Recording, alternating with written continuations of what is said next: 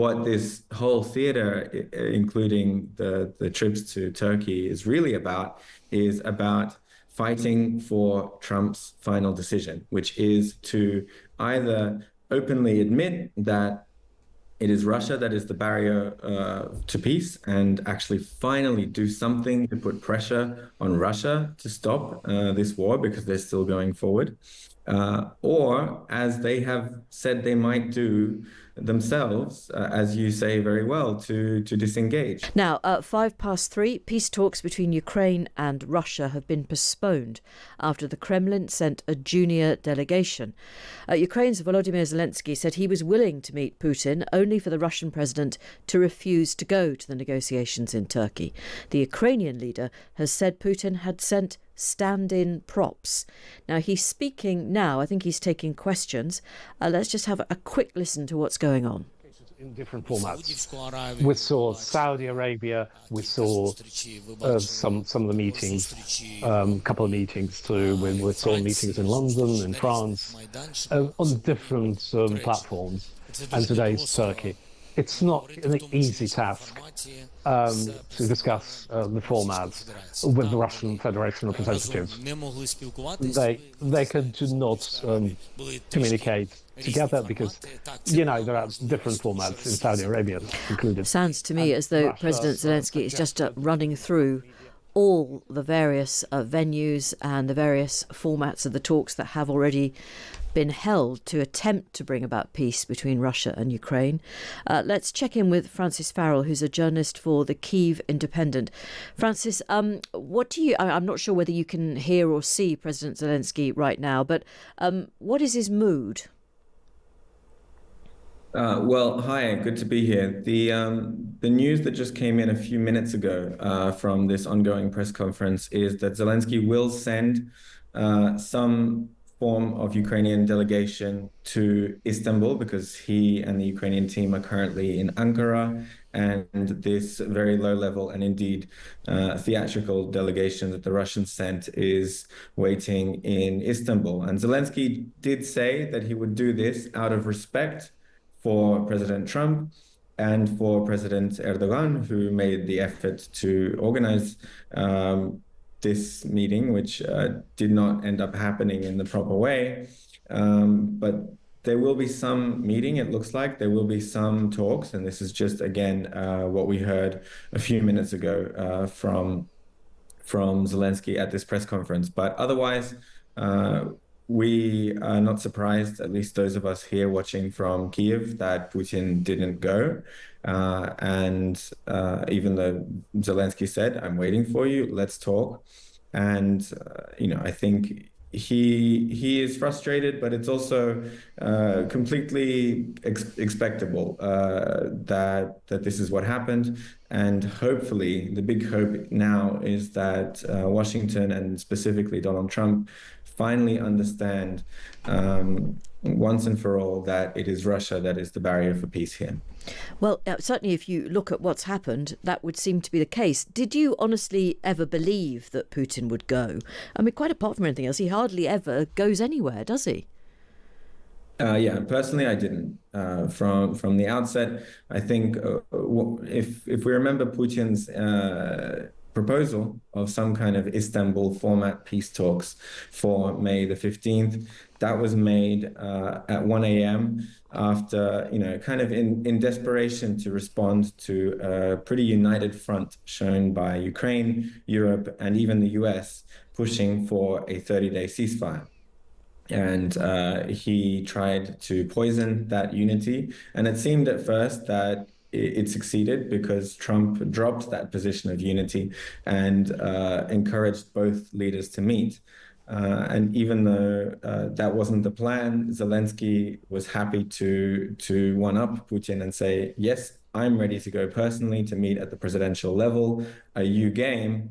And of course, Putin is not game because he's interested in just extending this theater, playing for time. and hoping for the best. Something that has emerged today, President Zelensky has said that Turkey's president has recognised Crimea as Ukrainian territory. Now, President Zelensky says this is a very important signal and a sign of political support. What do you think?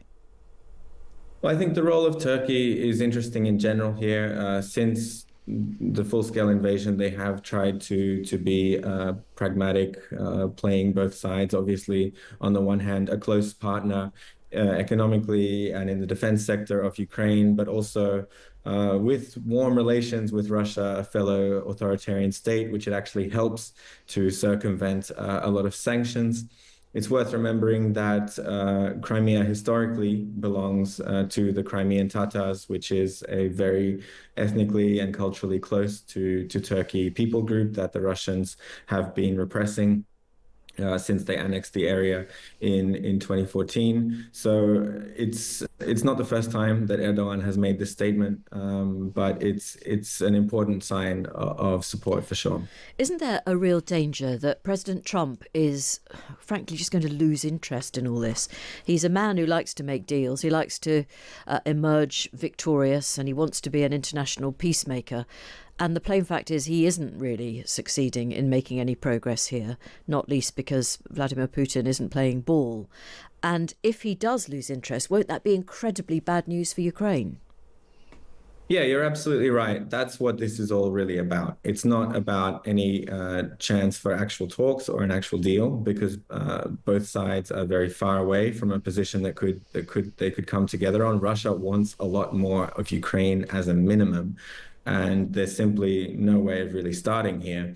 What this whole theater, including the trips to Turkey, is really about is about fighting for Trump's final decision, which is to either openly admit that it is Russia that is the barrier to peace and actually finally do something to put pressure on Russia to stop this war because they're still going forward.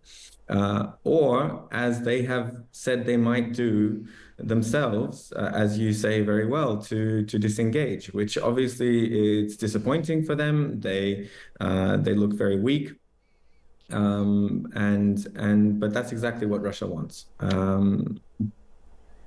Yes, which actually suggests that, I mean, it's a terrible thought for you and for Ukraine, but Putin's tactics might be working. Are you worried that that is indeed the case? I think for us here in Ukraine, it has been an exhausting ride to follow this merry-go-round of peace talks and statements from this side and the other side, while knowing that Russia doesn't want to stop. They want to keep going forward. To be honest, I think a lot of us here in Ukraine almost lost all hope of Trump not abandoning Ukraine when the Oval Office argument happened. And so it's almost a bit of a pleasant surprise that we're still here where we are at the moment. But when it comes to this final decision, it doesn't look good. And that's just down to Trump at this point. So what about the rest of the West, if I can put it that way? Is it going to be enough if France and the UK and perhaps Germany get together again, have another summit, promise troops in one form or another, in some cases quite enthusiastically, in other case of other countries maybe not so enthusiastically? Is that going to be enough? So first, they're waiting for Trump. They're still hoping that there is a way of getting Trump on board to actually put hard pressure on Russia, whether that's especially through sanctions on Russia's fossil fuel exports, secondary tariffs, and so on. But ultimately, if we do see a disengagement, then the idea will probably be that Europe will have to do more. They'll have to face that fact. Ukraine is doing incredibly well to hold the line on the battlefield, which is always the strongest card that Ukraine can have, a stable defense. But that's not guaranteed forever, and it will be very hard going forward without US support. That will cost lives and territory, and it might eventually, with time, give Russia too much momentum. And that's when Europe and that's when the coalition of the willing will have to be willing to do something brave, not just step in to enforce a ceasefire deal, which is never going to happen, but to actually really step in and back Ukraine. Thank you very much for your time. That's Francis Farrell, who's a journalist for the Kyiv Independent.